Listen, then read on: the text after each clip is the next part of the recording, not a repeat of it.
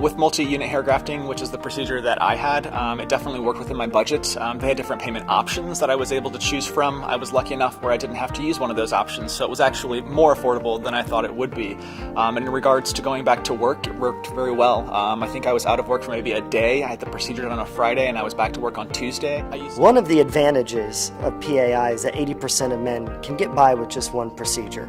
So after the first procedure was over, I was very happy with the results. It was fantastic. My procedure had such a large scope that needed to be covered, and PAI assured me that they're going to do their best to cover as much of this with the budget that we were kind of working on. They did more than they thought they were going to be able to do, and the results were so fast and quick for me, it was unbelievable. The multi-unit hair grafting procedure was going to give me the amount of hair that I was looking for. The process was very affordable and actually less than what I expected when I walked in the door that day.